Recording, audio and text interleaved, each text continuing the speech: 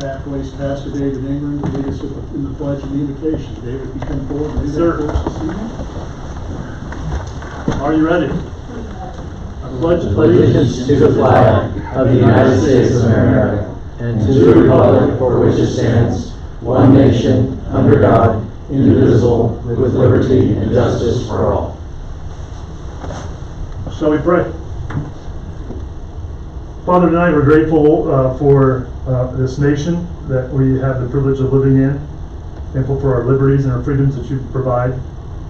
God, thankful for the city of Goddard that we're able to be a part of, and just for all the amazing things that are going on. And of course that comes with challenges, and so I pray for great wisdom and discernment for all these that are here in this room and even outside the room, as no doubt plans are being drawn up to accommodate all those that are here and the many more that seem to be wanting to be here. And so I just pray that you would be in all the details as we discover how to provide the water and all the resources that comes with city. And Lord, just grateful for all the city council members, including the mayor, and God, we just pray a blessing over each and every one of them and their families.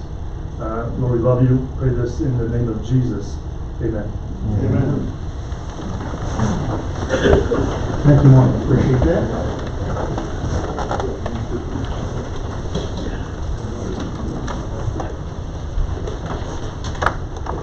Okay, moving on here. I entertain a motion to approve tonight's agenda. I'll make a motion to approve the agenda. Brent's made a motion. Aubrey seconds. All those in favor say aye. Aye. Motion carries. Moving right down the line. Item B, citizen comments.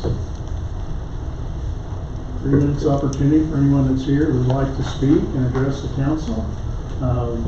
We will listen and let you visit with us. So we'll open citizen comments.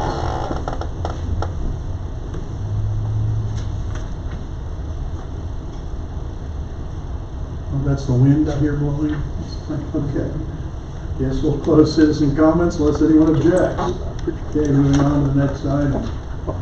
At this time, I'd like to give council members a chance to declare any conflict or communication that they might have had that might influence their ability to consider tonight's agenda items impartially. Any issues on the left? Nope. Right? We're all good? Okay.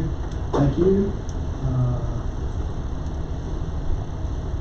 Appointments, proclamations, recognitions, nominations.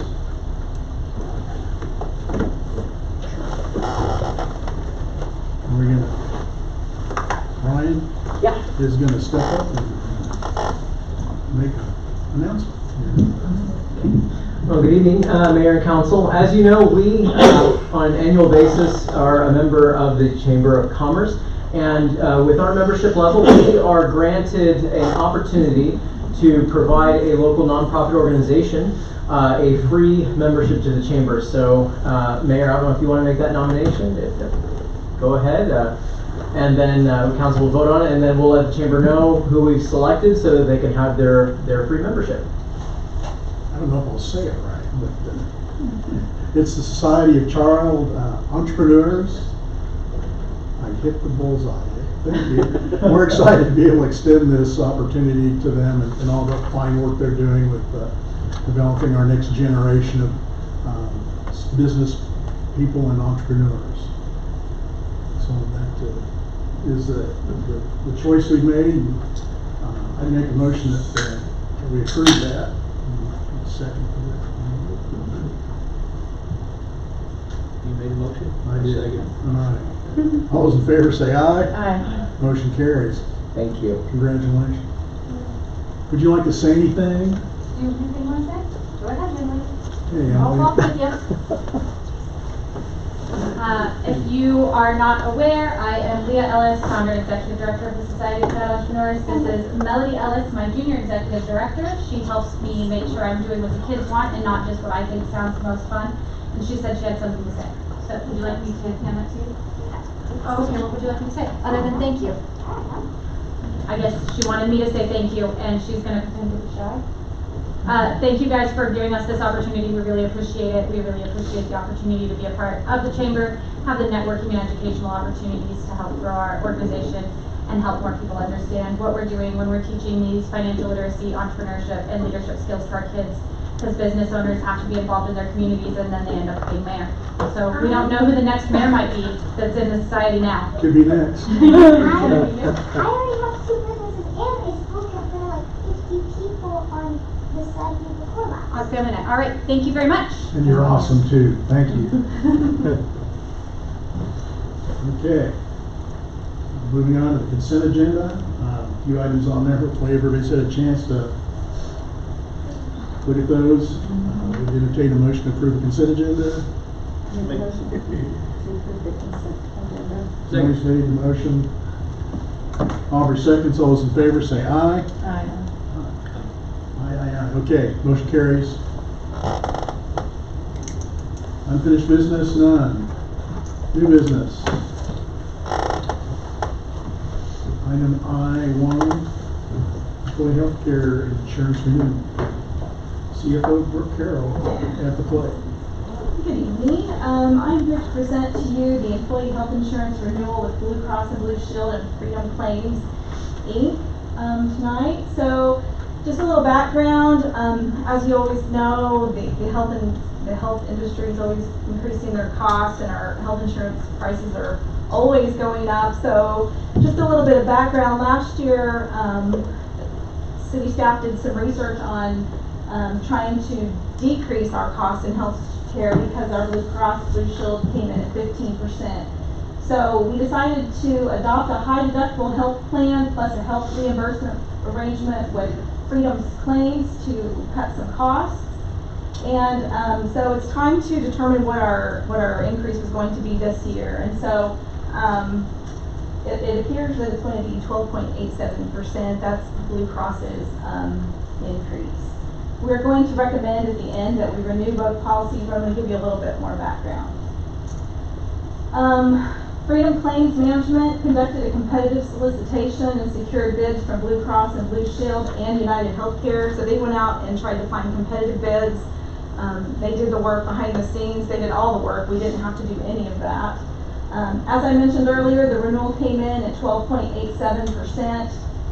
Really isn't too bad. I mean, considering last year was 15%, I think we can probably expect to have anywhere from 7 to 15% every year. So with it coming in at 12.87%, really wasn't that bad. Employee premiums and payroll deductions will remain the same under our proposal. The fiscal year 2026 budget, we had planned for a 10% increase already in our health insurance personnel costs. So as we worked through our budget workshops, you already saw those dollars. So we had to come up with an extra 2.87%, which we're very lucky to have been putting money into this health reserve plan through Freedom Claims, so we can absorb that 2.87% out of that reserve account. This will help keep all the health insurance the same for all the employees. There'll be no change in payroll. It'll actually go pretty smooth. Budget, financial and legal considerations, like I just mentioned, the 10% increase is already included in our budget forecast. The 2.87% increase will come out of the reserve account that we have. We currently have $111,000 built up into that account from the money that we put into those reserves to use, and this has been approved as to form. So before I ask for give you our recommendations and actions, Hadley with Freedom Claims is here tonight, and appreciate him coming up. And if you'd like to say anything or add to what I might have missed, you go right ahead. You covered it well. I'll hit a couple highs real quick. As she said, I'm Hadley with Freedom Claims Management. We did check the market, as in shopped numbers a little bit with other carriers. United Healthcare specifically was up over, it was 33% higher than your current rates. Blue Cross was only 12.87, so they were still the right carrier. You guys have saved a significant amount of money moving towards this plan, like she said, over 6 figures so far, and your plan year runs until the end of August, so you still have a little bit of time left there to save. On a per employee basis, you are saving over $250 a month per employee per month. So very good in our eyes. I think we've got everybody for the most part kind of educated in the two-card system. I know that's the biggest thing, and we came in hot the 11th hour last year to get all this pulled together, and now we're getting to see a little bit of that reward. So pretty well covered most of it. Anything else or any questions you have for me? Mayor, I just add that that 111,000 that we built up is way ahead of what we had projected, and before we started this arrangement with Freedom Claims, that would have just been throwaway money under the previous plan. Now that money is ours. Ours is in the cities. We can utilize that to cover these overages because they're going to keep happening year over year, or we could go out and improve the health benefit if we wanted to get vision or hearing or some other type of program. We can utilize it towards that, or any general purpose. If we wanted to reinvest in it into something else in the community, we even have that option. So way ahead of projections. We continue to see that fund balance grow. Even with the increase that we're receiving, I hope to continue to see that number climb. So. And when we met as a team with Hadley and Sarah also was part of this as well, we determined what if we decided to absorb only 5% of this, and we use that reserve money and not hit our budget so hard. And I think Hadley mentioned it might be best to leave that money in there at least for a couple years, and when it gets to a certain point, then we feel like we're covering those increases annually. So, with the 10% already factored into the budget, we feel like we've got room. We've talked about that already, absorbing that 2.87% out of the health reserve is really probably not a big deal at all. So in that reserve, it's your money anyway. So it's Yeah. not like you're sending it to the carrier. You're keeping it right here within the city. So worst case scenario, it's there if you need it. Anything else?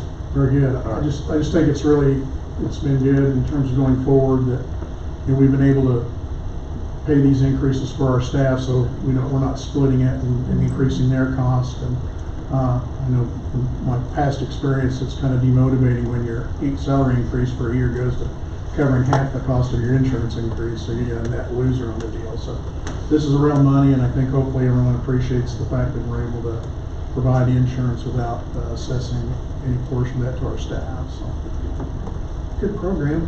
Everybody's doing well with their health and turning everything in, so I think everybody's kind of gotten used to it, sounds like. So yeah, I think we've worked out most of the bugs with trying to get everything submitted. So yeah. very good. Thank you. Hey, thank you all. I appreciate it. Thank you. So if there isn't any questions, we ask for a motion to approve the Freedom Claims contracts and the renewal with Blue Cross Blue Shield. I make a motion Do both. to do both. To authorize city staff to execute the Blue Cross Blue Shield renewal, absorbing the budgeted 10% premium increase and the 2.8% HRA funded differential, and to authorize the city administrator or mayor to execute the Blue Cross Blue Shield and Freedom Claims Inc. renewal document. Krista's made the motion. Second. Always on the second one. All those in favor say aye. Aye. Motion carries. Thank you.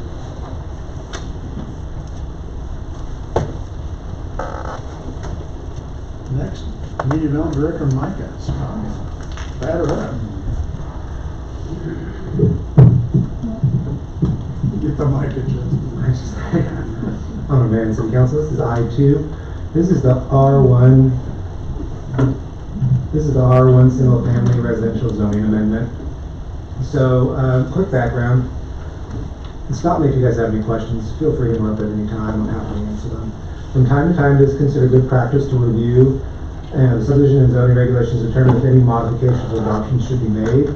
City staff presented the possibility of modifying the R1 zoning classification to allow smaller lots with smaller lot widths and depths on June 9th to the Planning Commission. The Planning Commission stated that would like to see what this would look like holistically with all the bulk regulations together, so it was tabled until the next Planning Commission meeting. So it was presented to them again on July 14th with revised setbacks, lot coverage, height, lot width, and depth, and after having the public hearing and deliberation, they voted to approve the changes 4-2. Second part of the change comes with permitted uses. It is often the case that the land that is donated city for city uses for additional public buildings is typically zoned R1 because most of the land in Goddard is R1. So when people donate land to us, it stays within that zoning classification. And we would like to add as an acceptable use public buildings, because traditionally it was under a special use, which kind of goes through a zoning, it's kind of the same zoning case for a special use for adoption. So we would rather have it be an acceptable use. And so the reason for this is we were considering, well, for one, we want to build new, public facilities, police, and public works buildings, and anything else that we might need in the future. And some of the land we're considering is R1. So without having to go through the special use application for our own buildings, we feel it would be best if we just had it as an acceptable use already. And we thought about what the negative impacts of that could potentially be, but we saw that already under R1, schools, churches, and whatnot are already considered acceptable. It's not like the city would have more traffic than a school, or than any other type of school for that matter. And so that's why we thought that if there was any negative impact, potentially it could be like a treatment plant, but we already have a treatment plant already, and it's already next to residential development. So we would like that acceptable use to be public buildings. So the City Council decided whether they want to approve the changes to subdivision regulations for the R1 zoning classification.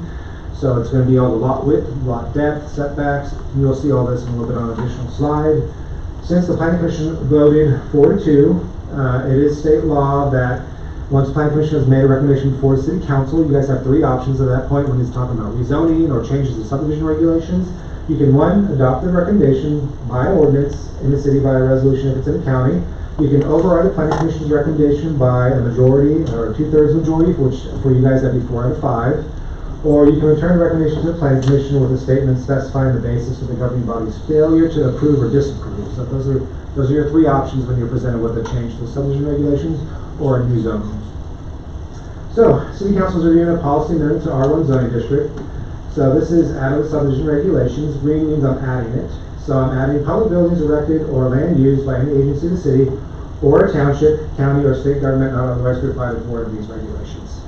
So that's considered an acceptable use. Special uses, I'm removing only the red one, slashing out the red one. That means all the rest of them, zoos, cemeteries, adult care homes for 4 adults or more, that would still be considered a special use. So I'm removing public buildings and I'm making it an acceptable use instead of it being a special use.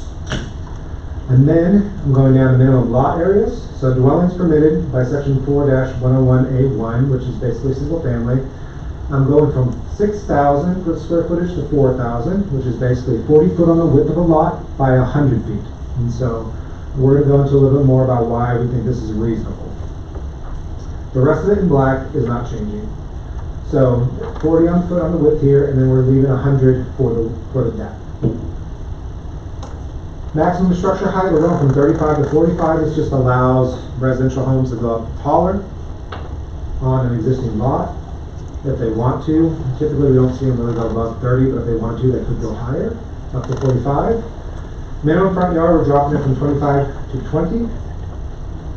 I'm removing here where it says where the street right-of-way is at least 60 feet wide, only because that was the criteria saying that if you had a corner lot and you had 20 on the front, you can have side yards of 6 feet, but you can reduce it and say that you have 15 on the side.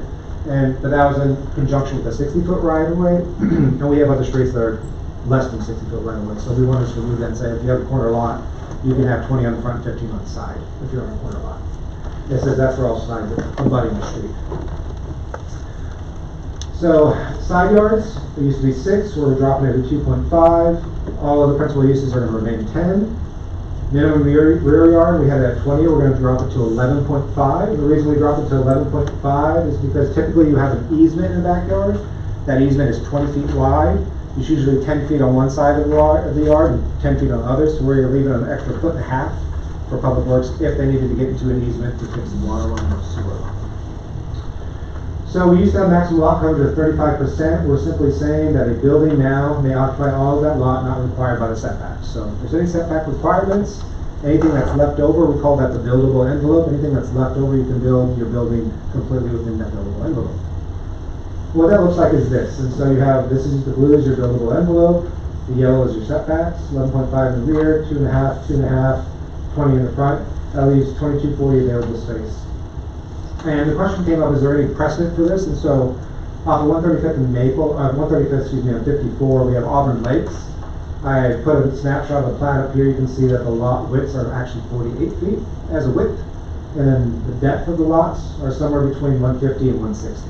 So, as a reminder, all we're doing here is setting the minimum, we're not setting the maximum. So just because you set a minimum here, you can build a lot, 3 times as big, 4 times as big. We don't set it, we're not setting the maximum here, just the minimum. This allows developers to creatively tailor their developments within the R1 classification, which allows for single family predominantly. If they wanted to do a duplex, that's a conditional use, which would require review by the planning commission. So this is still allowing single family. And you can build a single family as big as you want. You can also go as small on a lot as 40 by 100. So this kind of shows what that would look like if you threw it on top of Auburn Lakes.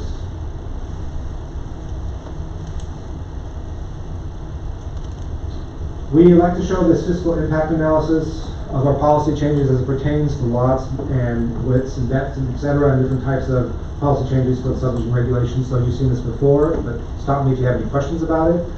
This is our long-term fiscal impact. It's blue. Green is the revenue collected over 35 years. Blue is our liability over 35 years. So 75 acres on average. If we had about 35 years, we would have a liability of about 5.8 million. That's assuming that we're having about 2.5 lots per acre for that development. With 188 lots, about $400,000 homes. Our revenue would be about 4.3 million, so we have a net negative impact of 1.4. And that, like I said, this is over 35 years. And as projections, the further out you go, less reliable they become, but it's not unreasonable to assume that you're going to have inflation and then at the same time real estate appreciation, and so those are kind of juxtaposed to each other as you're shooting out into the future. So this is kind of in comparison to one another. But overall, over 35 years, we're assuming that based on that traditional trends, you're going to have about $1.4 million negative impact if you assume that development at the bare minimum of what's being allowed today. If you adjust it, you're going to have about 4.125 lots per acre, which 4.125 is actually not too unreasonable considering that Willow development currently has 4.125 lots per acre currently. And that would give you about 309 lots, with the average home being about 250,000, let's assume. Then you would have a net negative impact, fiscally speaking, over 35 years, about 306,000. So you reduced your liability by about $1.1 million. Assuming you wanted to break even, you could have a home that was about 277,000. If every lot was 277,000, you'd have a break even of $0 over 35 years. So just something to think about. This is a big impetus behind why we are adjusting the minimum lot width and depth and setbacks and lot coverage to accommodate market changes and to allow flexibility, but also to account for a long-term financial impact that we have in existing infrastructure.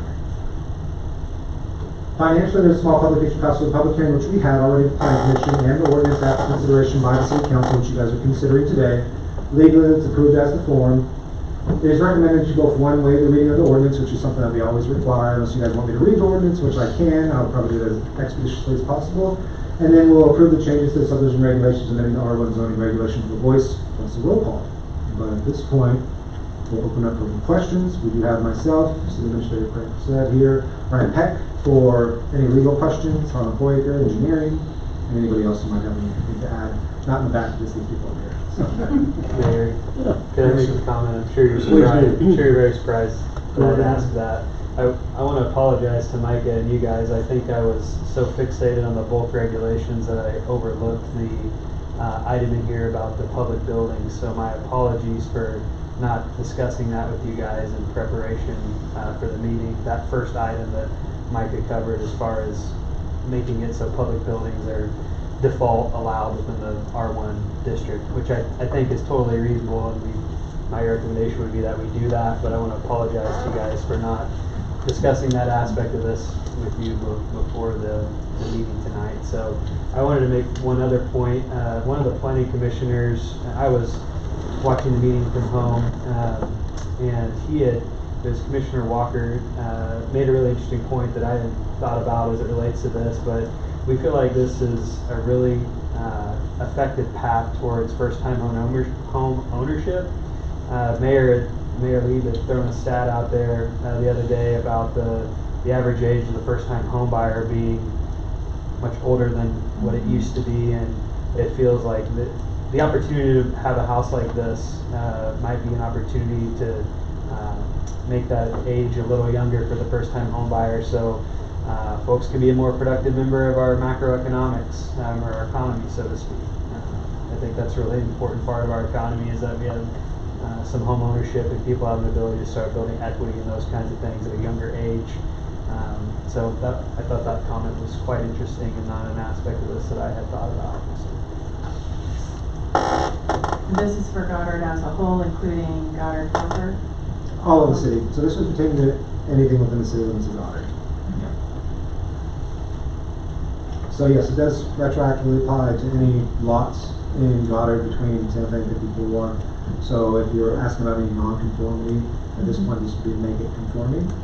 So there are several lots in Old Town that have 50-foot widths, 100-foot depths that are considered non-conforming. This would make them conforming.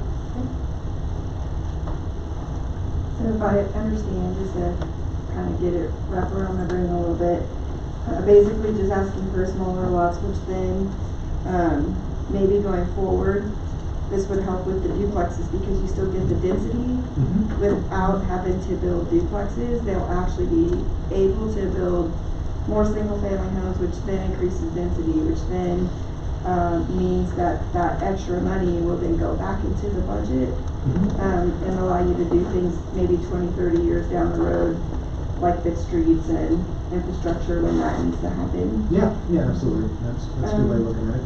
The second question, because it's the first time I've heard about city public buildings being approved in residential areas, I just have a real quick question. If that is gonna happen, would it be before the council to approve like what kind of public buildings would be in residential? I know that you were like, well, we're not gonna put a sewer system in the middle of a residential, but we won't be here forever, and I just want to make sure does that have to be, do those public buildings have to be approved to be inside residential? No, right now it would simply say that's allowed. From a zoning perspective it is. Then when the buildings, when there's planning, usually you're going to want to include the city council, especially when that building in particular is in a CIP. Then you're going to want to say, well, where do we want to put that building? And then questions come up about the location, and then there's acceptable uses.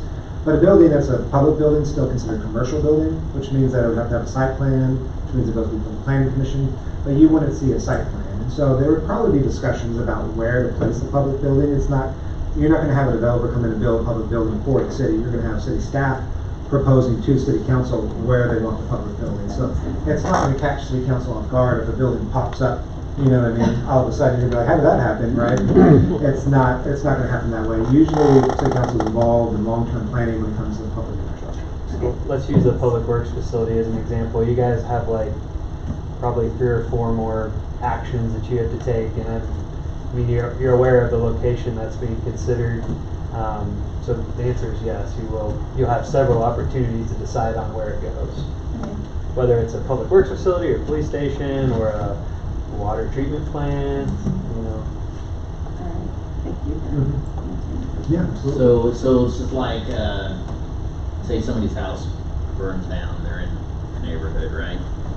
And it's the R1 classification. I mean, St. Andrews, is it R1? Yes. So will this apply on, I mean, can somebody build a house? Okay, they're gonna rebuild this house and only have the small little setback when it used to have a big setback? These are minimums, so I think it would be highly unlikely that someone would do that, but theoretically, yeah. But what you would see is maybe the opposite of what you're thinking. They would build a really big house and not have very much yard. That's what this would allow for, correct, Micah? Yes. Yeah, so good question. If the house burned down and somebody wanted to rebuild it, then they could build it at the setbacks that Well, I could stay then because I could just build a big old garage. Yes, you could. Yes, in theory. There's still provisions for accessory buildings in conjunction with principal uses, but yes, in theory. It's a little bit of deregulating, and by doing that, we're creating more economic opportunity for the city as well, because if folks are building more or larger structures, there's going to be more property tax revenue. You said it's 2 foot from the property line? 2.5. On the side yards, 20 on the front. It's a big garage. Big garage, not much too much. Now, your some HOAs will have restrictions that can be greater than the cities, but not less. So we don't have an HOA anymore. Right? with the new lots, then an HOA could be more restrictive. Yeah, so some HOAs say you can't paint your house this color. Some would certainly be able to tell you how big or small your house could be. I haven't read bylaws in any of our HOAs, but I think that there's some of that in some places.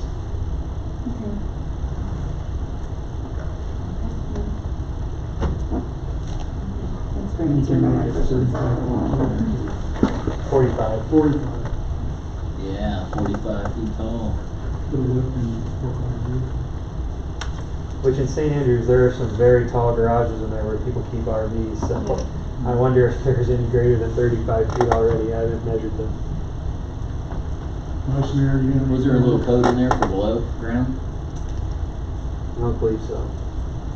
We can tackle that one next, though, if it's something you want us to. There's nothing when it pertains to below ground versus slab, setbacks, setbacks. Well, I've been in a garage that's, about 4 stories below. Hey, if we don't see it, There's I'll no make a limit. motion to eliminate HOAs. That's the agenda item. Thanks, Vice Mayor, that's good, that's helpful.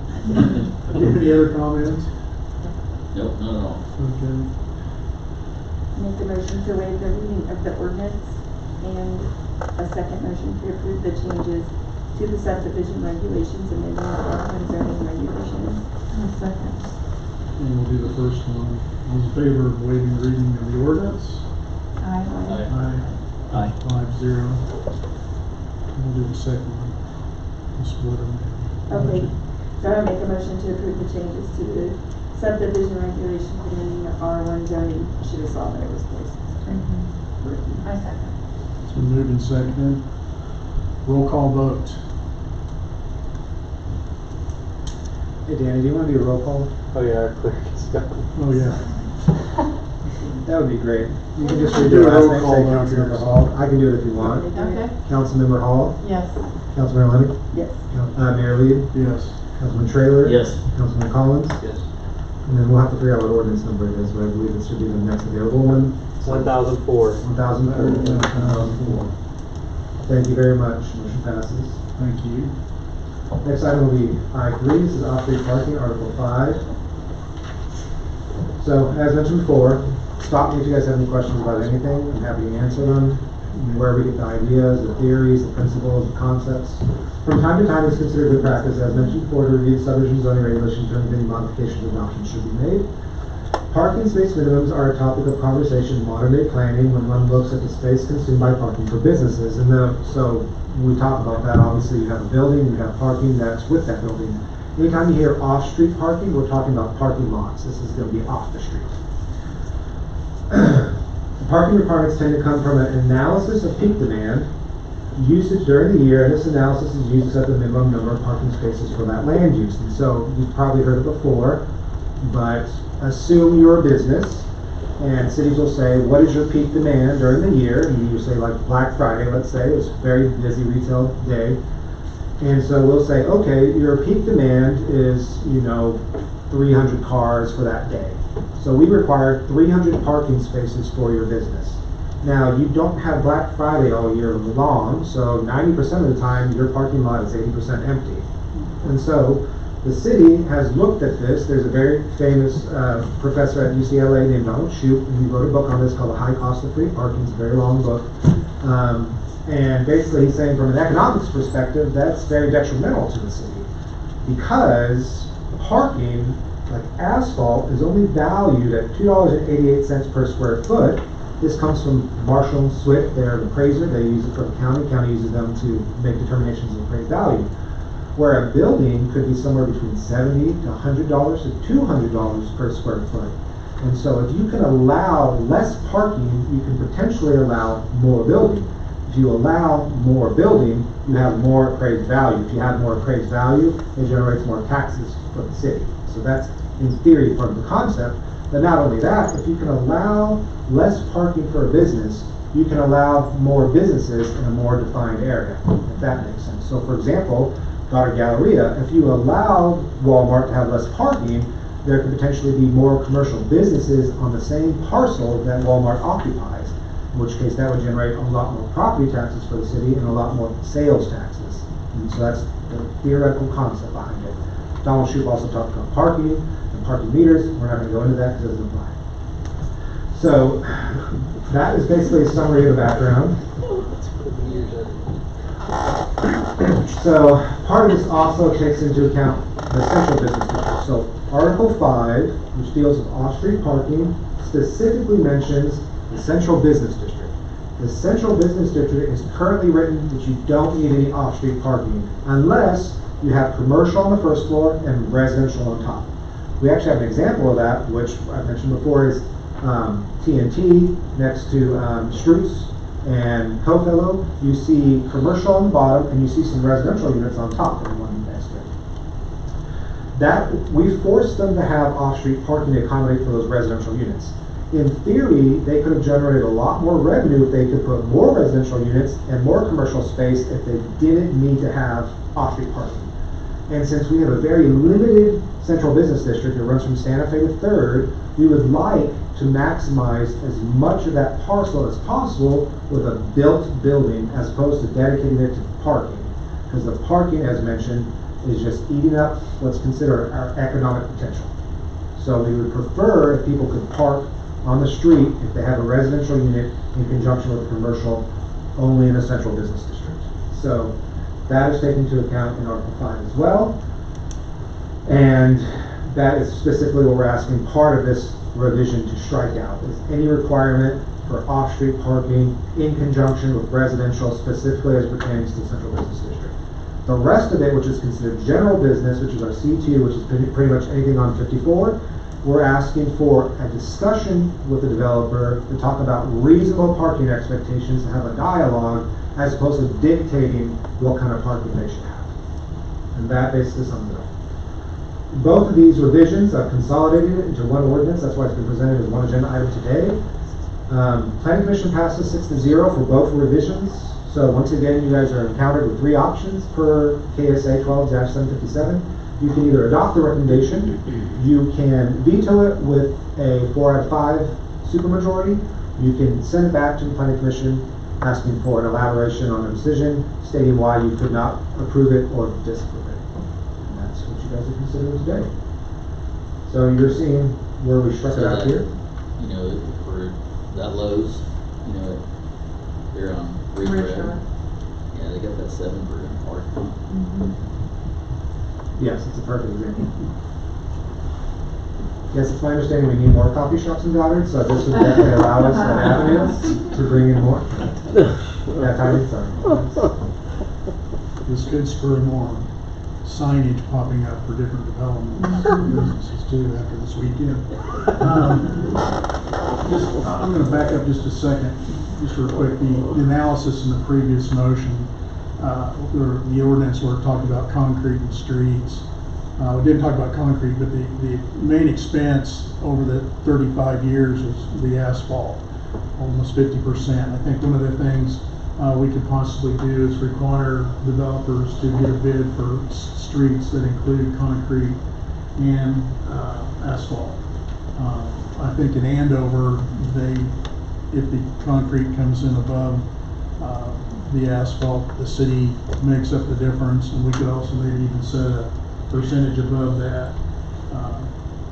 I think if the concrete's mixed right, poured right, set well, that cost of the road over time will not be as great as using asphalt. So I think that's something we need to consider going forward. I just wanted to mention that, and that kind of got away from me, so I apologize for backing up. But the other thing, just a question that I had, did we specifically identify the central business district when this went through Planning Commission? Was there a map or anything? Or? Yeah, so when we went through Planning Commission, we specifically mentioned the central business district as part of the revision of Article 5, and then we also mentioned the general business district, so we took both and we made that as a recommendation. So they were 2 separate items when it went before Planning Commission. I've consolidated it as one agenda item for council. So right now, the central business district, I guess, is what? Defined. Yeah. It's from Santa Fe to 3rd. Yes, it's only from Santa Fe to 3rd, and it only runs on Main Street. So once you leave Main Street, you go to Cedar and Elm, etc., but you're not longer in Central Business District. So what would it take to extend it from 3rd Street to 4th Street?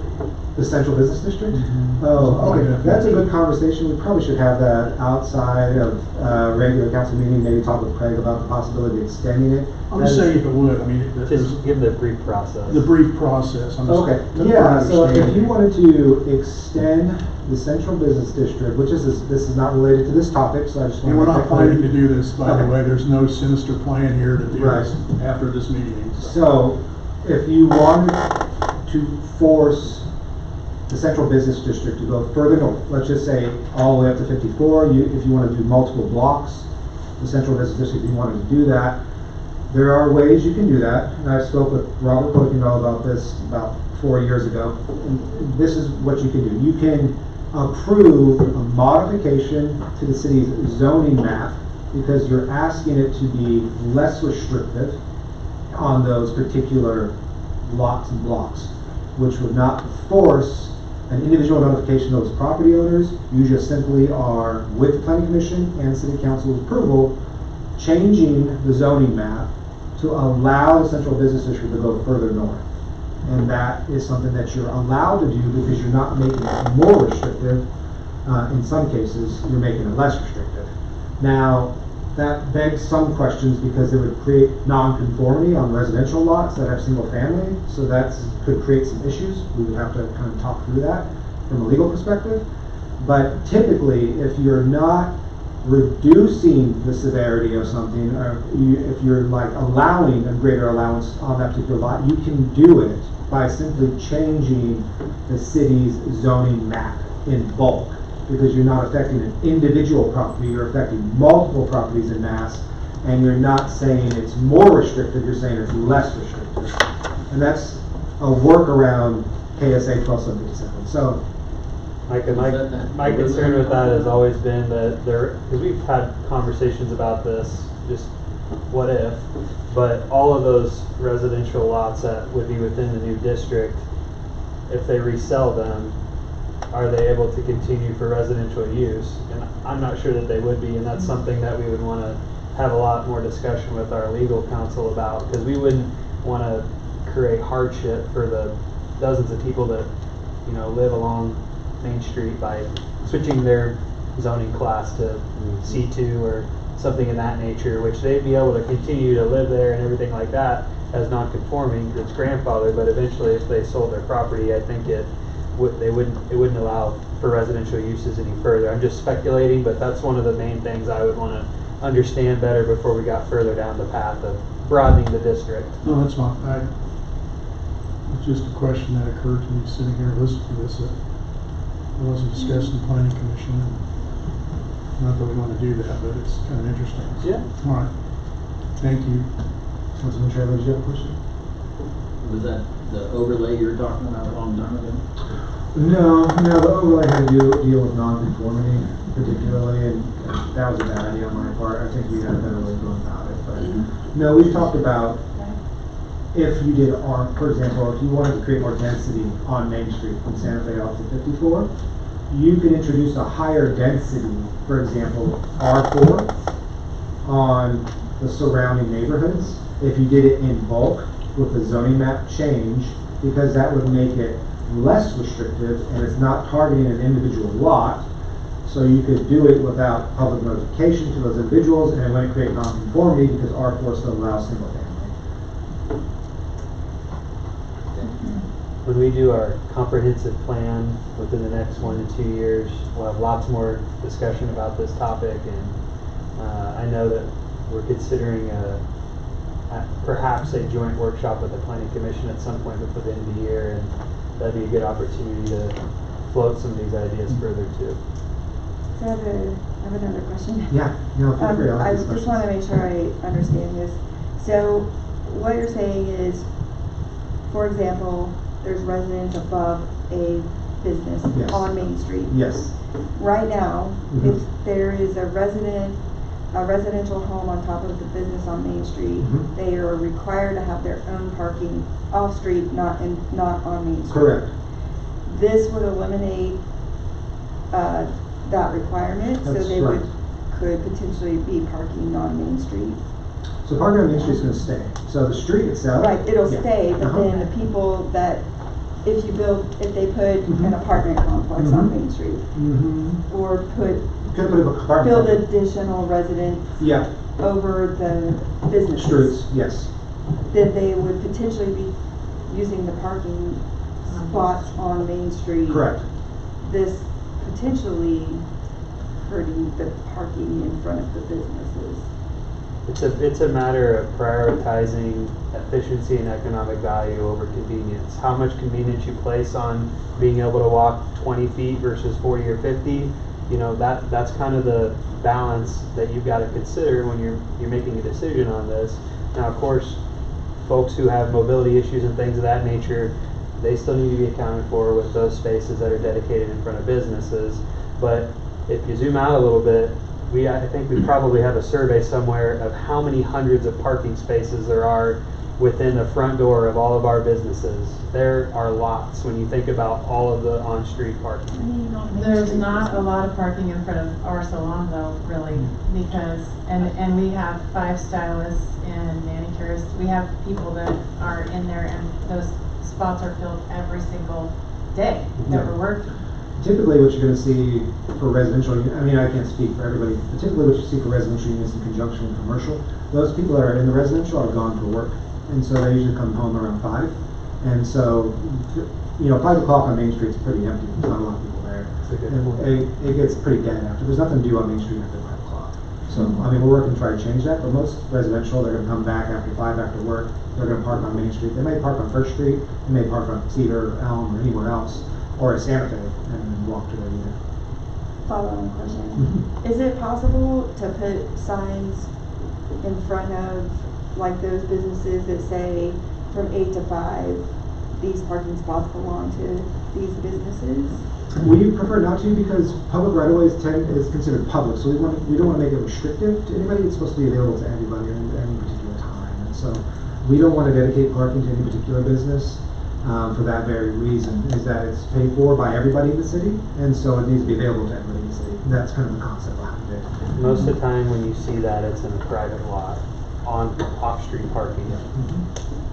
Yeah, we don't typically dedicate public parking to private uses as an exclusive. Again, it's a argument, convenience versus economic value, and I'm not the one who is appreciating convenience, so I probably am on the other side of the scale. Well, I also think about like the community center with the seniors that park out there. Yeah. If there's people that are, you know, that senior citizen center is busy all day, every day, and if there's residential, you know, people that are taking up those parking spots every day because they're not required. I mean, I just feel like there's not a whole lot of, on Main Street, from that block to that block, there's not a whole lot of residents, but I don't know who's gonna build. You know, I don't know what people are gonna build. I don't know, it just concerns me for the businesses in the senior center. Yeah. The first part doesn't. I love the first part about making Walmart parking lots smaller. I have like zero concern with that. In fact, I think it's only great for the city. But I don't know. I have concerns. I feel like I'm sorry, go ahead. I just wonder how many of these businesses actually have residential above them currently. Currently, just TNT has residential above it, which is right above Coca-Cola. So right across the street. That's the So, one. how many parking spots are in Walmart? I don't know. I can't tell you. Well, but I'm just, like, being a business on We Main can just say if there's Street- over 100 parking spots, then they can do that. There has to be over 100 parking spots in their parking lot.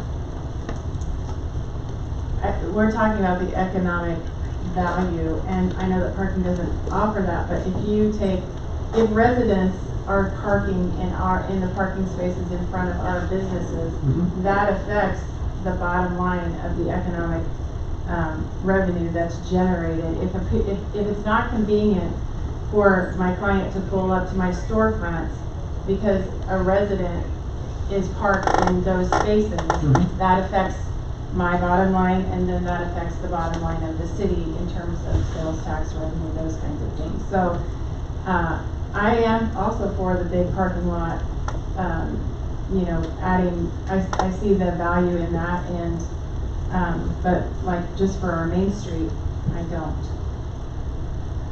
Certainly make it Just separate. Separate them?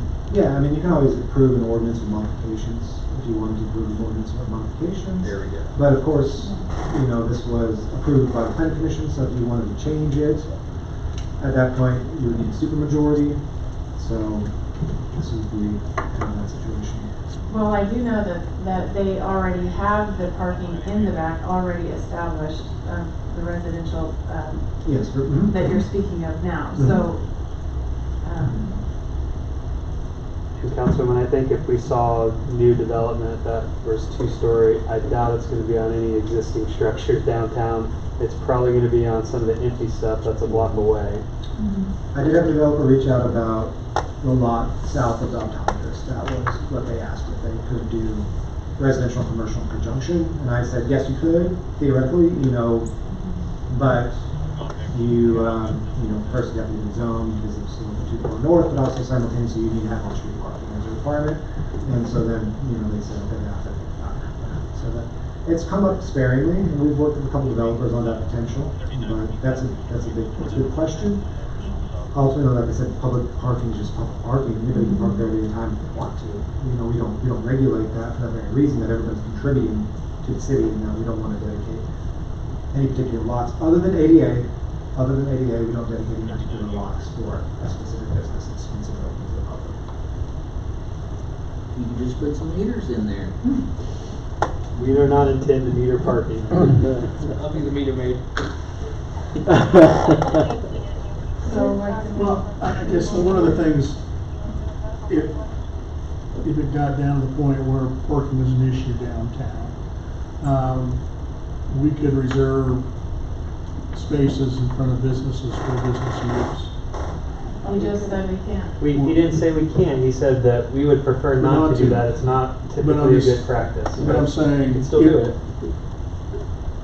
Because currently, and probably in the not too near distant future, there isn't gonna be any big changes that would impact anybody. But if someone, say, knocked down a couple buildings to the south of City Hall and put up a 3-story building with retail on the first floor and 2 stories worth of residential, and they didn't have any parking in the back, I don't know where Chief's gonna park his police cars. We gotta get you out of here, Chief.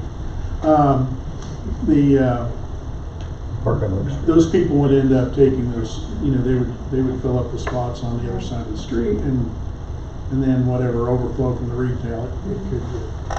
At that point, if that was an issue, then you could designate 5 parking spots there in front of the salon, or in front of Strutz, or in front of Copello's, or whatever, and designate those spots to protect the business interest. So. Mayor, one other point, and I think that's a great one, and that is something we can do, although it's not a best practice by any means, but it can be done. Let's use the vacant lots as an example. If an investor wants to go in there and put $2.5 million in the ground, commercial on the bottom, residential on the top, and the regulations as is require him to eat up space on that limited lot on parking, he may have to lose a unit or two, and now all of a sudden his cash flow is not going to make sense, and he's not going to do the project. So that's the other side of this, is that it's a bit mitigating to get an investor developer to put a project in the very limited amount of space that they have down there. I can think of the folks who own those now that may consider a project like this in the future. If they could do 8 units instead of 6, now they're collecting additional rents off those 2 units, and the return on investment may be worth the risk for them. But if they're mandated to have, let's say, 15 parking spaces on their private property, now they can't build those extra 2 units, they may not do the project. So again, we're balancing things here. But you're also gonna have people then who live in those places who are parking on the street, whether they are parking in the public or on Main Street, or if they're parking on side streets, which is also not safe for their vehicles. I don't know, I guess I just, because I have a business on Main Street, and you know, the businesses that are on Main Street are busy, and for the parking to be taken, I mean, Walmart's a huge parking lot. Yes, it Where is. I just don't think that the comparison is, It's not comparable. it's not comparable. And we're talking about big business versus small business, so if there is a way that we can split this, I would prefer that. Is there a way to look at Main Street width and maybe possibly put slanted parallel parking down the center that'd be designated? And then leave one lane traffic really open? I'll be completely honest, we're on two different places how we're thinking about this, and that flies in the face of what we're trying to accomplish here. We're trying to activate space and create more economic value, and we're not achieving that by adding more parking, even in the middle. And I respect Councilwoman's position greatly, but I don't agree with it as far as some of these different components that she's bringing. And I think what you're suggesting is taking that to a whole nother level by adding a whole nother row of parking in the middle. I do think if we're looking at these two options, the one that we would be much more happier to part with is the one that you're suggesting. So if you guys, you have the three options there, I'm not sure that we can split it. I think Micah's conferring right now with Ryan.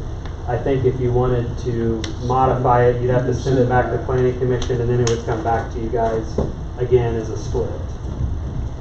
I don't think we can approve it partially, but he may learn differently. Is there a way for new development in the specific place that you're talking about that you can do that? It doesn't seem like if they're gonna do, if they're gonna do, retail business on the lower half, it seems like they would also want to have accessible parking for whatever retail business that is. I think we have a disagreement on what accessible parking is. I see all the spots for blocks around there. I agree with that, but what if people have two cars, and then what if they invite people over? What if there's a teenager in the house and now they have three cars in one house? Let me say it this way, Councilwoman, if we have so much activity going on downtown that we ran out of parking, then we're in a great spot. That would be great. So, but I think the concerns are valid. I get it from your perspective. You're certainly going to have clients, and not just your business, but the others who, when I take my deer to Struts, these 3 deer that I harvest every year, it's a long way to drag them up to the alley if I got to park a half block away. So I get it. All of that. That whole west side of the block is busy, really during those daytime hours. If you have people that live there and they are not, they work from home, they're parked in the spot all day long, and the seniors, on the other side we have the seniors, so what does that look like? Realistically, what does that look like currently? What's a potential, what's a potential residents moving in there anytime soon? In the next. We have nothing but speculative. Could we possibly send this back for more specific? Because we have a canvas here we're trying to paint based off of this. Just an idea, maybe send it back to Planning Commission and be more specific on what that looks like. What I'm hearing, and Mayor, I'm just trying to help you consensus because I've belabored this long enough. Sorry for my part in that, but maybe we just tell the Planning Commission that we approve the change for the big box stuff, the first piece of this, but we would not like to see the item in the central business district. And then see how they handle it. They may agree with you guys and send it back, or but I think if we end up going forward with this, we can always come back and make an amendment. One block amendment. For specific situations. If this becomes an issue. Once it gets put on the books, it's going to be on the books. I think probably at this point the best thing to do is let's send it back to them. I like the idea that they modified it to some degree as it relates to the current central business district. That might be a good thing to do. But in order to keep things moving, and that way, if it comes back and with two options, the two separate proposals, we can deal with them individually, and maybe between now and then we'll all have an epiphany and come up with some other way of handling it. But I guess I think in the best interest of time and just a discussion, I'd make a motion that we return the proposal here to the planning commission. I second that. Brent second, I made the motion, all those in favor, roll call. Roll call is here because we need 4 out of 5. Yes, so Councilmember Hall, Yes. Councilmember Leonard, Yes. Mayor Lee, Yes. Councilmember Trailer, Yes. Councilmember Collins. Yes, is there any portion of this we could approve to make progress? At this point, no, since it's, both of them are approved by planning commission, it's consolidated on the one ordinance, we'll simply take the item back. Planning commission, in which case, They already saw the one twice anyway. they'll see it again. They may, of course, at which point, if they approve them both again. That's fine. then you guys will see them both We'll see again. so. Perhaps we'll separate them as 2 separate items, so it's easier to deliberate over them, but they may make no changes. in With which case- specific instruction that we don't want to create a bottleneck for business owners. Right, absolutely, and they're allowed to vote however they want, so if you say to them, you know, we have concerns about central business district and the removal of parking lots, which is what we convey to them, then they will say either, we understand, maybe we want to see modification, or we want to keep our original vote, or we want to change our original vote, and they can do that either way, so in which case then I'll present it back to you, the next, it would have to be in August, of course, because the planning commission meets once a month, so you'll see it again in August. And then either, they'll probably be separate, 2 separate items, in which case you'll see bulk regulation change for, you know, general business and then central business. And then either it'll be an original, stick to the original vote that they had, or a modification of the original vote. And you guys can decide at that point. Once it comes back to you, if you wanted to veto them, it'd be a simple majority, since you've already sent it back and it comes back. The rules change. At that point, it would require 3 out of 5 as a veto of the planning commission if they want to keep the original vote. Very good, thank you. No, I appreciate it very much. No problem.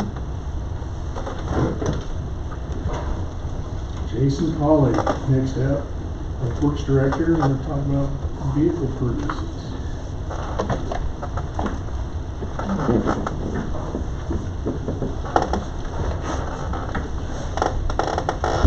Good evening, Mayor and Council, and I believe I'm a little less complicated and a little less controversial, so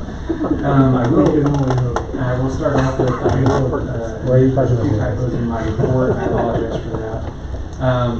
But we'll start off with the background. So I am following in my predecessor's footsteps in the fact that we are working on a vehicle replacement program.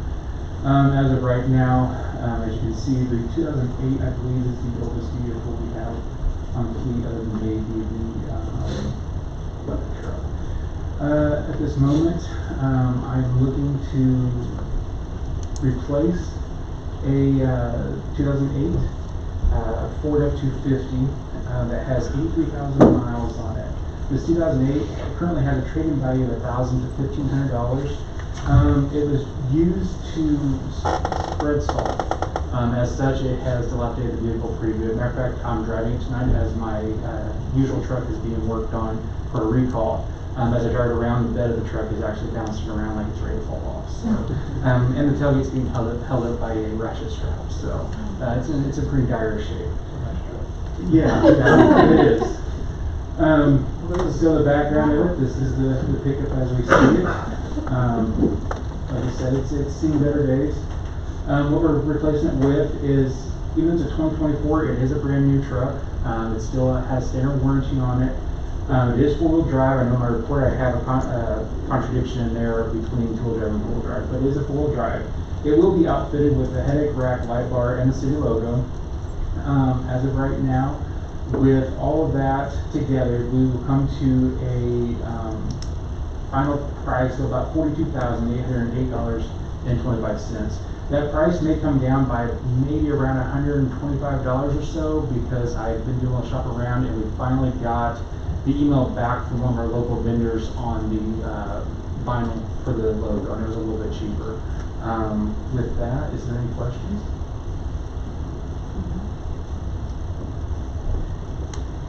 Hearing none, I entertain a motion for approval. I mentioned earlier that a lot of these vehicles that were in the future we purchase, I think it would be remiss to start calculating the undercoating costs for those, especially if we're using them for salt. They extend the life of a lot of our vehicles. I think it'd be a good investment. And we can change that. Good idea. Make a motion to approve the purchase of one uplifted Chevrolet Silverado 1500 WT pickup in the amount of $42,880.25. Now we need a motion.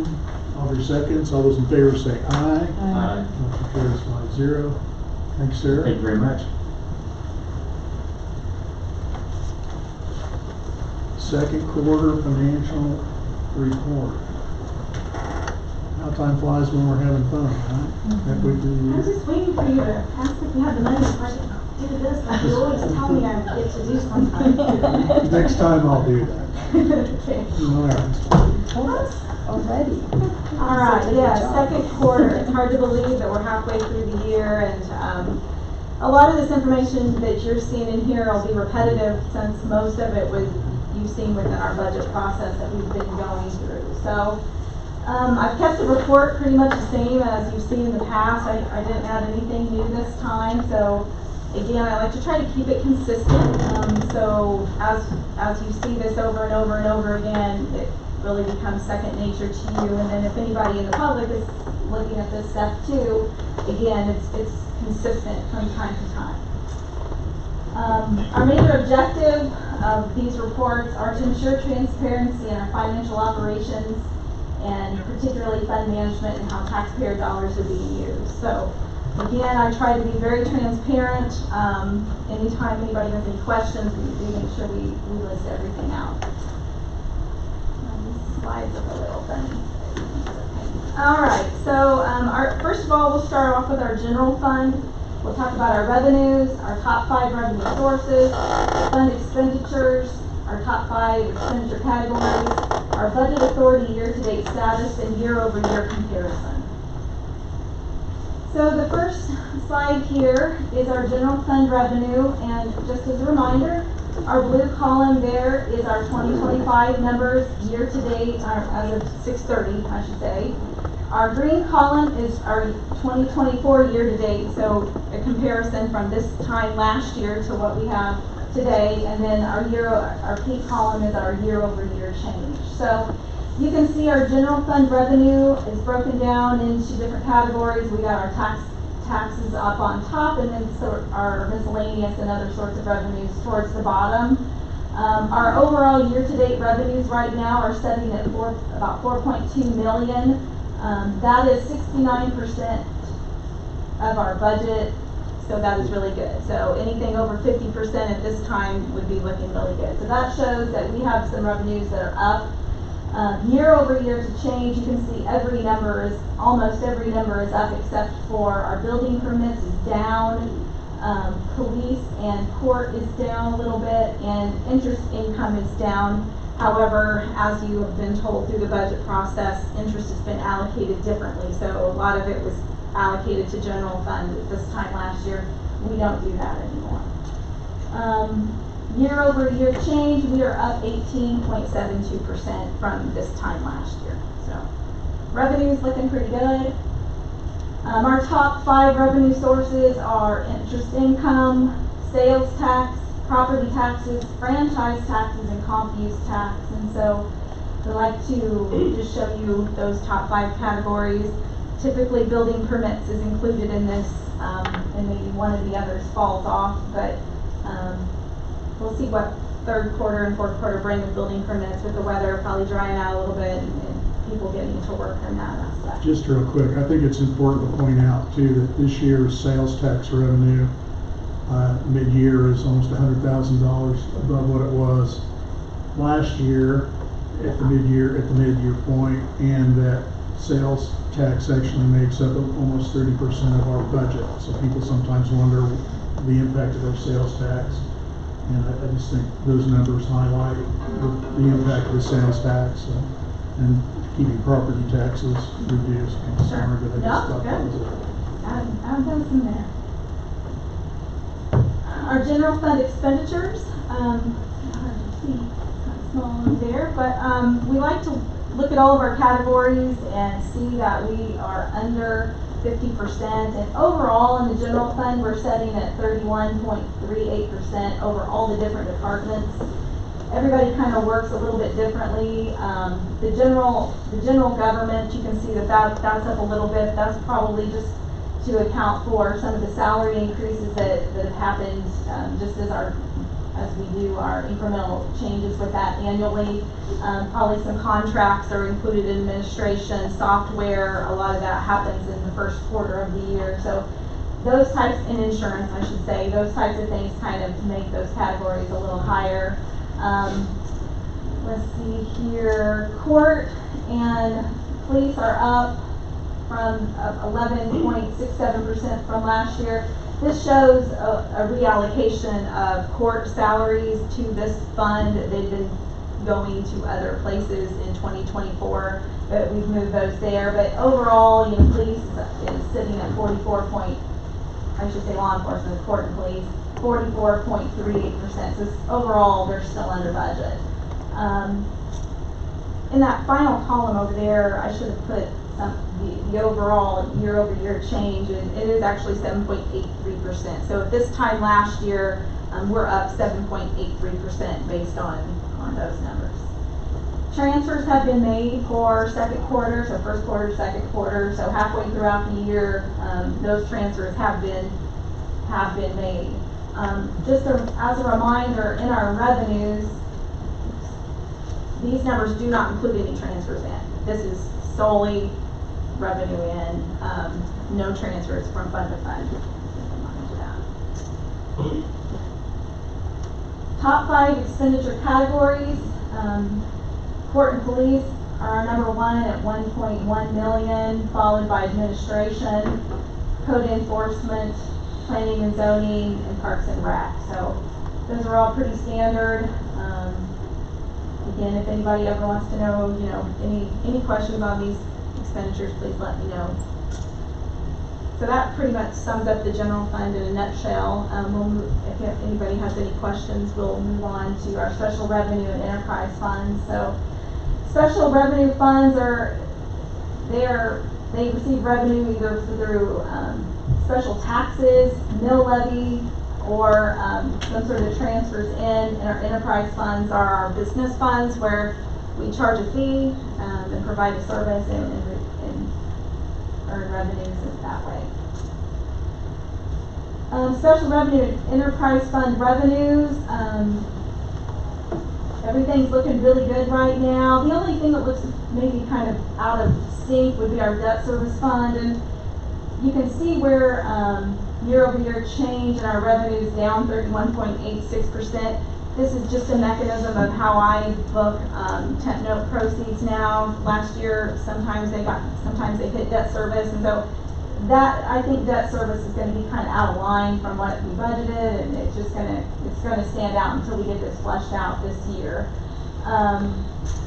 Tourism promotion fund is down. Again, that was something that I mentioned in the budget workshops, that we're not receiving that transient guest tax within the Star Bond district anymore. So as we received it by accident one time, we don't get that anymore. So that's showing that 63% decline. And I've noticed that the Tanganyika sales tax is down too. I don't know why that is, but it is down from our anticipated goals of the year. So moving down to our enterprise funds, water utility, we are up 75% from this time last year. That obviously shows our rate increases that we had to increase our revenue. Tap fees for both enterprise funds, the water utility and the sewer utility, are both down. So that takes quite a bit of a hit right there. And in fact, in our budgeting process, we factored for that to stay down a little bit until it catches back up. Overall, our year-over-year change, our total revenue out of all these funds is down 2.42%. But again, that factors in some of those larger changes that I don't feel really factor in, like the debt service change and things like that. So, stormwater is doing well. Our year-to-date revenue right now is $63,000. Last year we didn't get this fund going until late fourth quarter. So Expenditures, again, we like to make sure all of these funds are under budget, or at least under 50%, and everybody is, except for the library, and of course, that's an in and out situation, so when they get their tax revenue in, we give it to them directly, but everything else is under budget, which is very important. Water utility is operating at 35.92%. Sewer utility, expenditures under budget. Yes, 32.58%. So those are looking really good. Year over year change, those two utility funds, they are up just a tad bit from last year, the 28.85%, almost 20% across the board. Transfers again have been made to all the funds, so we've been able to make our transfers. Any questions on these funds? So if we go into the interfund or enterprise fund performance, I like to look at these funds here as a business.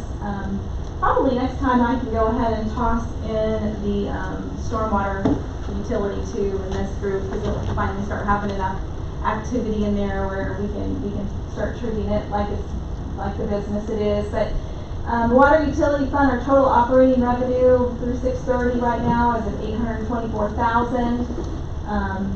Then what we like to do to get our operating ratio is subtract out all the operating costs. And so when we do that, we have a net income of $297,000.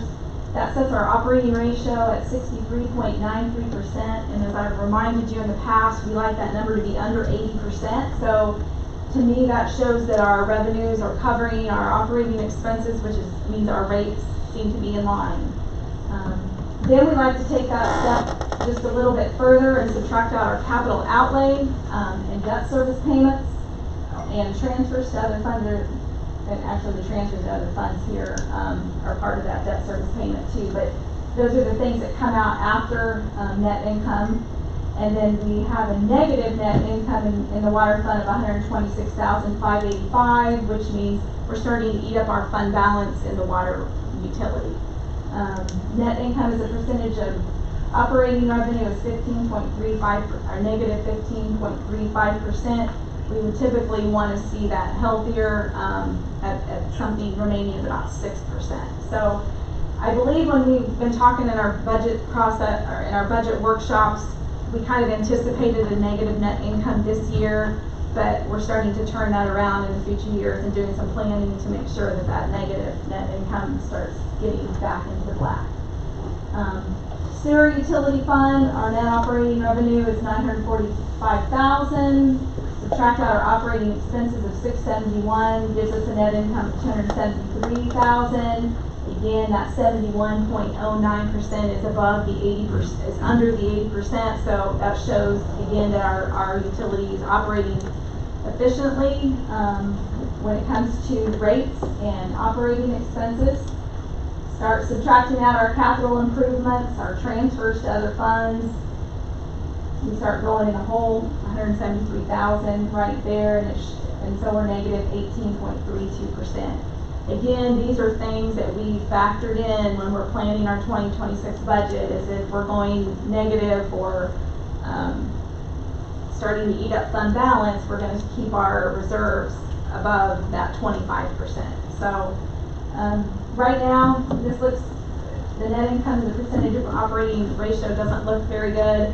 But again, I think it's going to be okay as we keep watching the year and doing our planning for 2026.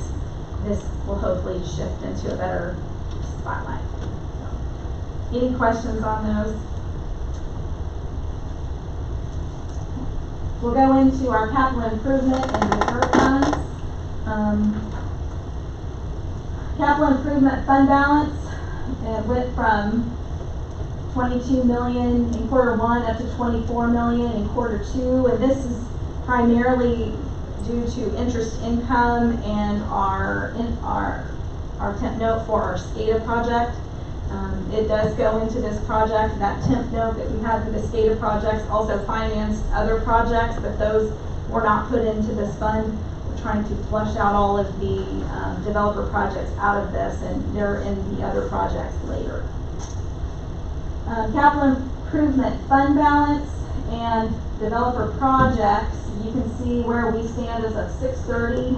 These are the balances of each of the developer projects, intent notes, and the city capital improvement fund. So out of that 24 million, 2.5 of that is city money. So we have 10.09% of that balance. Reserve funds, for quarter 2, we are setting in our equipment reserves 219,000, sewer utility reserves 739,000, and water utility reserves at 190. These are all obviously being factored into our budget process. These are not budgeted funds, but we are budgeting for them and planning for them and making sure that they stay in a healthy level as well. Some of the expenses that have come out of the equipment reserves, I like to keep this transparent so we know where everything's going and we remember throughout the year what we spent money on. So we spent some money at City Hall on computer and office equipment.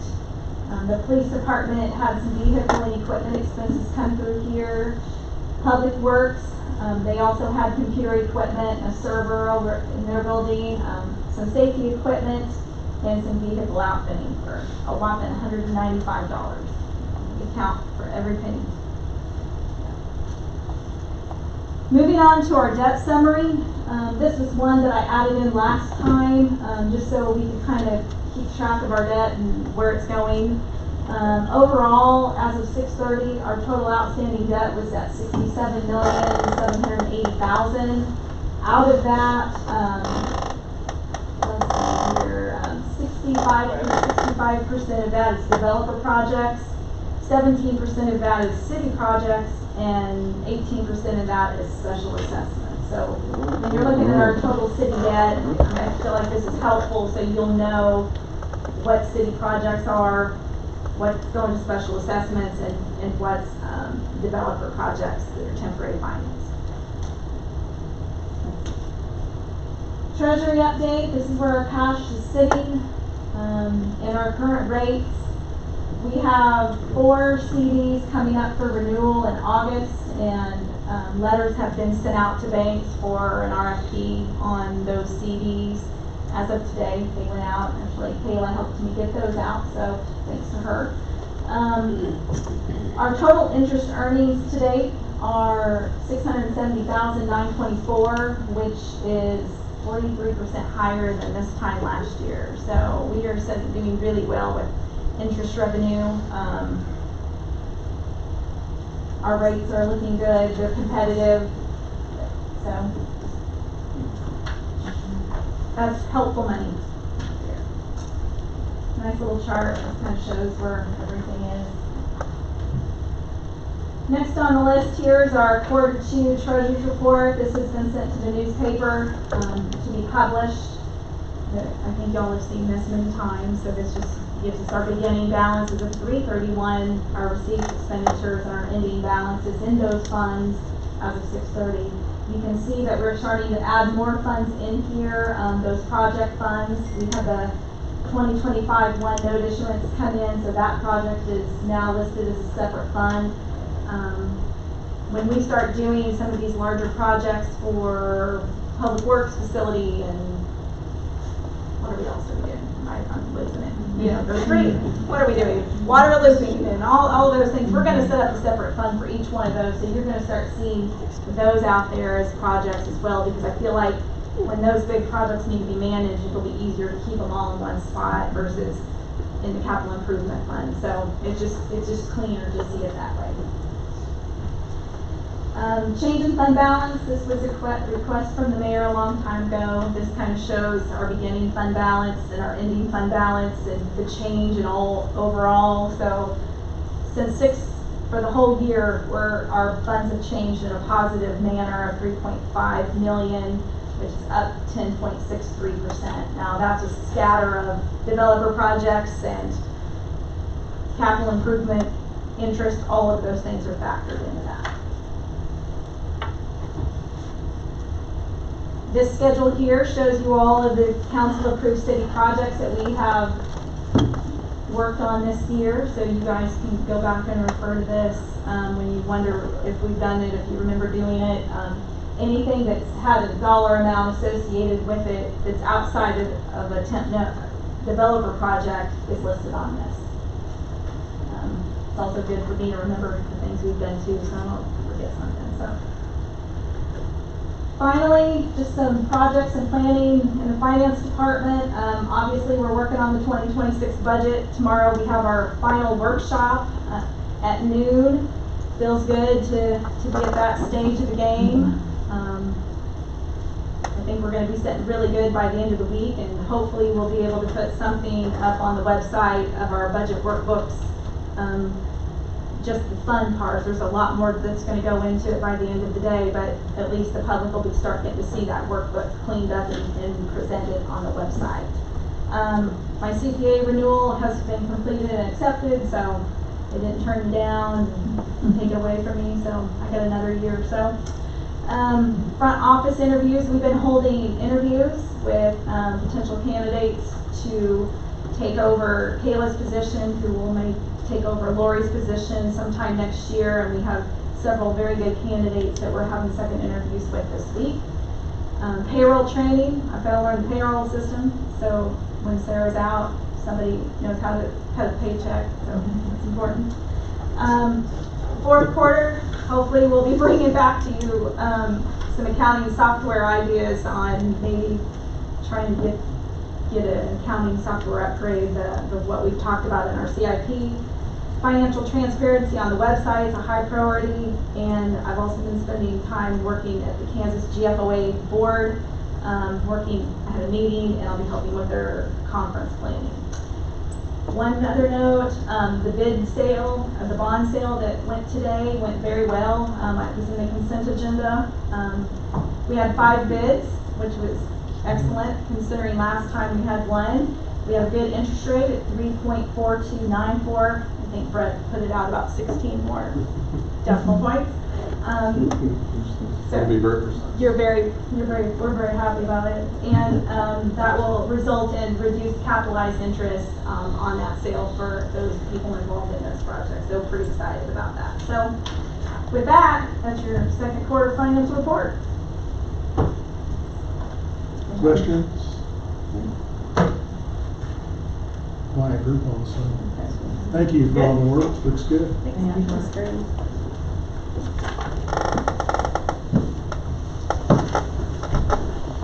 City Administrator's report.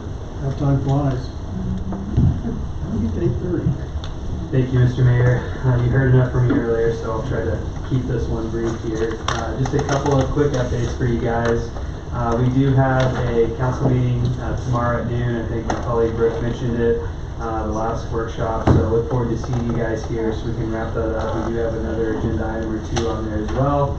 And then we've got the community engagement event for the 2026 budget overview, an opportunity to have lots of two-way dialogue with our citizens that want to come engage with us at the community center. We're going to start upping the marketing materials for that to make sure folks have plenty of time to get it on their personal calendar so they can be there. I would be just thrilled if we even had close to the turnout that we had for our CIP workshop. But yeah, I mean, they're going to get a real nice presentable draft of the budget to be able to reference and ask questions and give us input and feedback, and we can implement that into our final budget there. So the 2026 annual road work, so work's progressing on First Street. They got the water line improvements completed. I want to give a special shout out to our public works crew.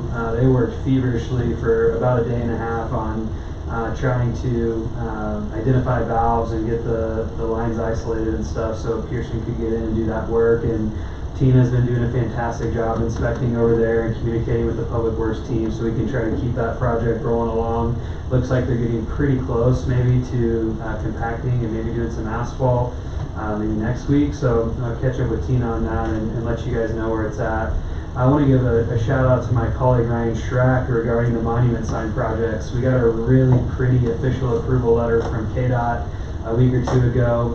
He and some of our colleagues with Morris Lang worked really hard to get KDOT to give us that final official approval. So you're going to see a beautiful 30-foot tall sign, showing our community off there on the north side of US 54, just to the west of 167th Street. So we're super pumped about that. We're still working through a few items on the one over there at 167th and Maple. The 183rd turn lanes project is done. Tina did a wonderful job on that one as well. We were able to, she was able to communicate with KDOT to encourage them to support the change order that would fully fund, taking that project from what I would say a B- to an A+. Now that we got all that concrete replaced there on the south side. So appreciative of her efforts there and working with them on that. The salt storage facility, a little bit of delay there. The new date is August 16th that they'll be standing that up. Jason and others in the Public Works Department and I, we met with Hutton late last week, just kind of continuing to refine that floor plan, try to get that project within budget. We're going to be bringing you guys a contract on August 4th. Morris Lang is currently reviewing the contracts, and so long as we can come to terms with Hutton on that, we should have that in front of you guys during the Monday, August 4th council meeting. Harlan's team is working on the engineering design for all the water looping projects. Hopefully we're starting something on that by the end of the year. We're still kind of finalizing that scope of work. The McGrath Human Resources consulting contract, they were here for 2 full days a week or 2 ago. Staff has been really good at working through a pretty lengthy questionnaire, trying to identify job duties and those kinds of things. So I really appreciate the council investing in that. I think that is super important for where we're hoping to head as an organization. The 3rd Street Water Main project, our public works crew, I'm just so amazed with what they've been able to accomplish over the last couple of months and where they're at with that one. Specifically George, Jeff, and Josue under Nick, our water utility superintendent's leadership. They've really been moving along, and I think right now they're getting ready to pivot to do the crossings there on the east side, so between Main and 199th, just trying to stay ahead of those street contractors as best as they can. They're doing really good working under that time pressure.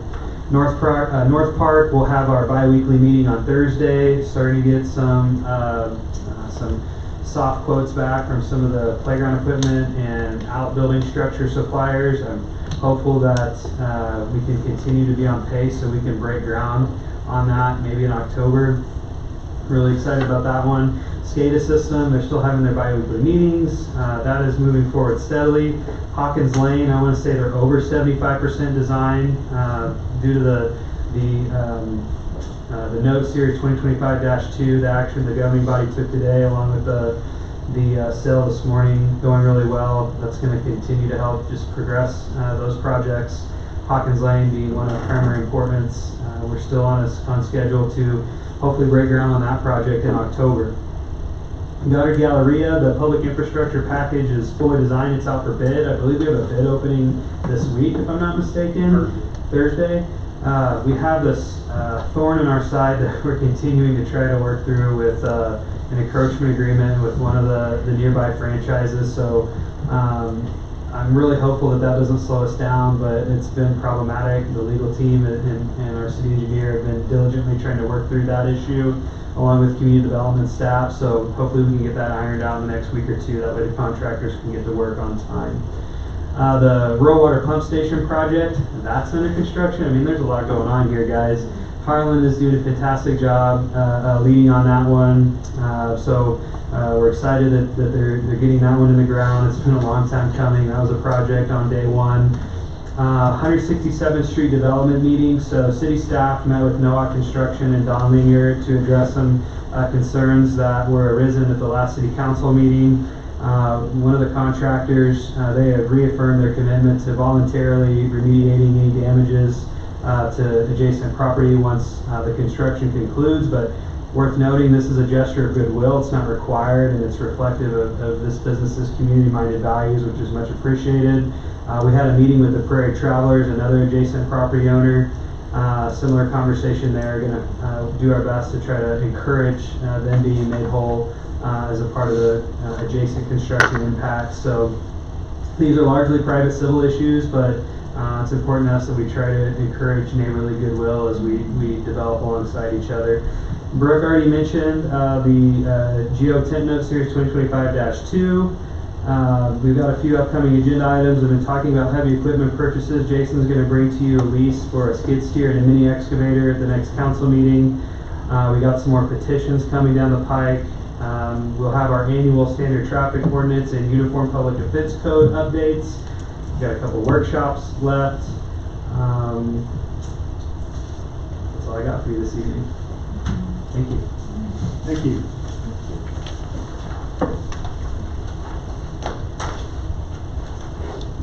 Do you have any body comments? Vice Mayor, starting on your end of the table this evening. It was productive council we had. You guys did phenomenal work. I love the fact that we have an open discussion and solving some issues we have. And the dialogue is very important. So thank you guys for the awesome job you're doing. And that's all I got.